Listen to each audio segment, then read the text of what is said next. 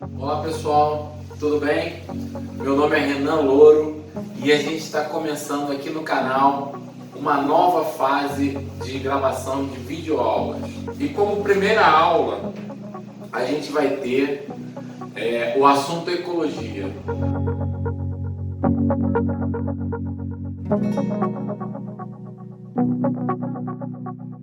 Se a gente fizer uma estatística nos últimos anos do Enem, o assunto que mais cai em biologia é a ecologia disparado. É coisa de 4 para 1 do primeiro lugar, que é a ecologia, para o segundo lugar. Tá? Então a gente tem que chegar no Enem sabendo a ecologia. A ecologia, a gente tem que saber o que significa ecologia. A gente tem o prefixo eco, que significa casa, e logia, estudo.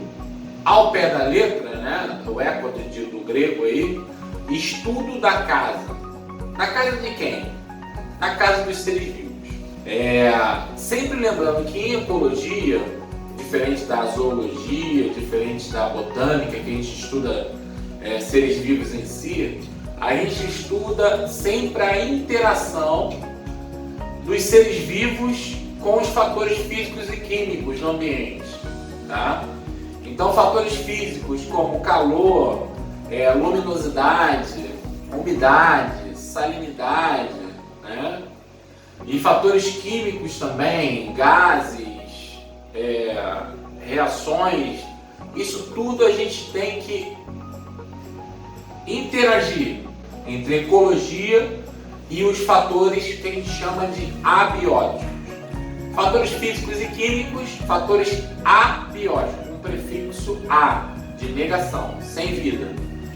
E fatores bióticos, biovida, né? São os seres vivos em si. Sempre lembrando que a gente, dentro da ecologia, a gente perpassa, né, pelos 5 reinos.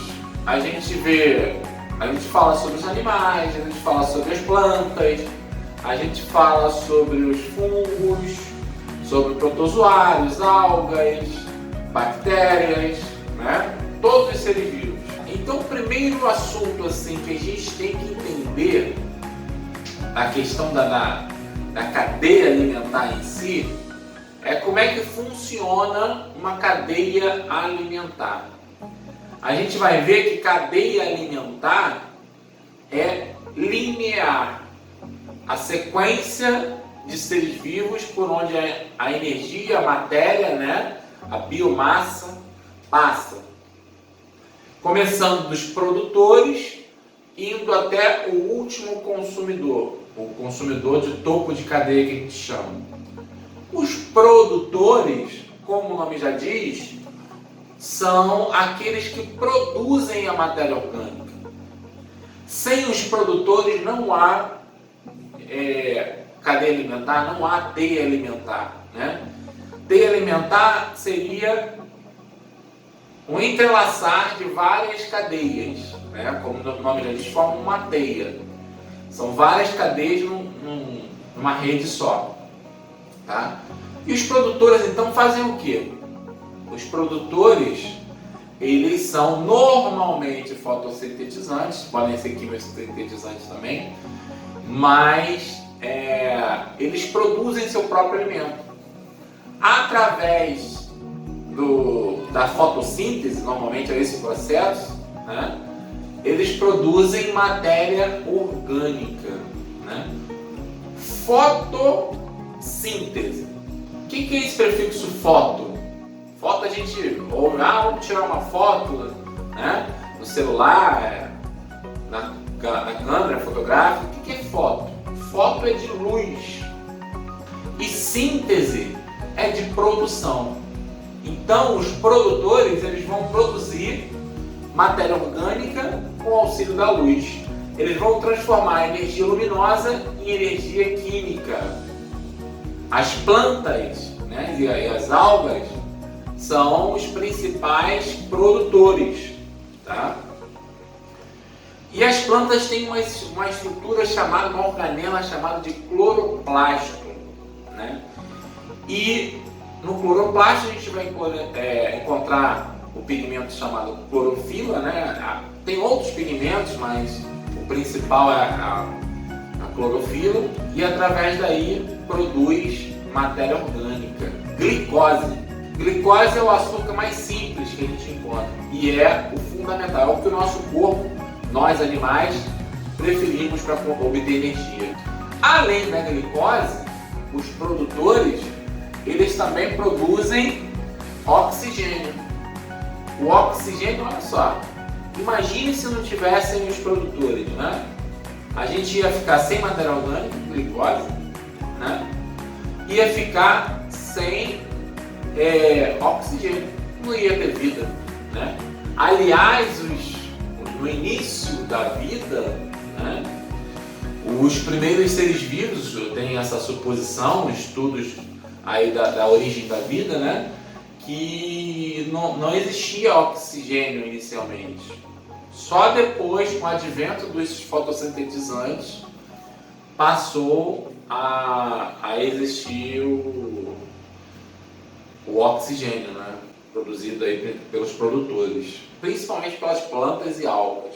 Um detalhe bem interessante, que muita gente nunca parou para pensar ou não sabe, é que muita gente pensa, a Amazônia, né, as grandes florestas são os pulmões do mundo, mas as algas sim, as algas que vivem nos oceanos, elas são as maiores produtoras de oxigênio, tá? Porque a quantidade é muito maior, né? Você não dá para comparar uma quantidade imensa de algas microscópicas com uma árvore, né? A árvore é grande, mas é uma só. Imagina várias, né? É o chamado fitoplâncton, a parte vegetal do plâncton. E depois dos produtores, a gente vai encontrar os consumidores, tá? Os produtores, eles são autotróficos. Autotrófico produz seu próprio alimento. E heterotrófico, esse prefixo hétero, quer dizer diferente. A gente tem que se alimentar de uma fonte diferente. Nós não conseguimos produzir nosso próprio alimento. Então a gente tem os consumidores heterotróficos. Agora, tem aqueles consumidores que se alimentam dos produtores, que são os consumidores primários. Consumidores primários são herbívoros, se alimentam de matéria orgânica vegetal, tá? Tem os consumidores carnívoros, né? Que aí a gente já encontra como consumidor secundário, que come outro animal, né? Ou ele pode ser onívoro também, que é o nosso caso, o homem, né? Ele se alimenta tanto de vegetal quanto de animais, tá? E conforme a cadeia alimentar vai subindo, né, a gente chega até o consumidor terciário, quaternário no máximo, tá? Gravem isso. Uma cadeia alimentar, ela só pode ter no máximo, estourando aí 5 níveis tróficos. Ó, conta comigo. Produtor, consumidor primário, consumidor secundário, consumidor terciário e consumidor quaternário. Já o quaternário já forçando a barra, tá? Ah, por quê, Renan? Por que não pode ter um consumidor de quinta ordem? Pessoal, a energia vai se perdendo. Quando chega lá no animal de topo de cadeia, já tem muito pouca energia, tá? Então, para sustentar as quilocalorias, né, os cacau, para sustentar uma cadeia alimentar toda, ela não pode ter mais consumidor quaternário, tá? Então, lembrando aí também outro detalhe importante, que uma cadeia alimentar ela não pode ter, ela tem que ter um sol para os produtores, né? Uma fonte luminosa. E outra coisa que vocês não podem esquecer, os decompositores. Os decompositores, quando vocês forem ver em livros, na internet, as figuras, vocês não vão ver os decompositores representados na cadeia alimentar, tá? Mas na verdade ele decompõe todos os restos orgânicos, né, os excrementos de todos os consumidores e dos próprios produtores e os cadáveres também. Os decompositores, eles são as bactérias e fungos, tá? Organismos, micro-organismos muito importantes para a vida na Terra. Se não tivessem os decompositores, a Terra seria um grande acúmulo de cadáveres. Não haveria um ciclo, né, de renovação que é tão importante na ecologia, né? Que a matéria, uma hora ela está no ambiente, né, os átomos, outra hora ela está fazendo parte de um ser vivo. Vocês sabiam que um carbono que faz parte da sua proteína, vamos pegar aí um carbono do seu músculo, né? Que a matéria orgânica tem muito carbono. Ele pode ter feito parte de uma molécula de um dinossauro? De um dinossauro. Por quê? A matéria ela é decomposta, depois ela é transformada em matéria orgânica de novo e inorgânica. É um ciclo, né? Daí a importância das bactérias e fungo. Os fungos estragam o alimento, a função dele é fazer decomposição. Infelizmente, às vezes estragam um alimento que a gente vai comer, né, que foi mal guardado. A bactéria causa só doença. Nada disso, a bactéria é importantíssima para o ecossistema.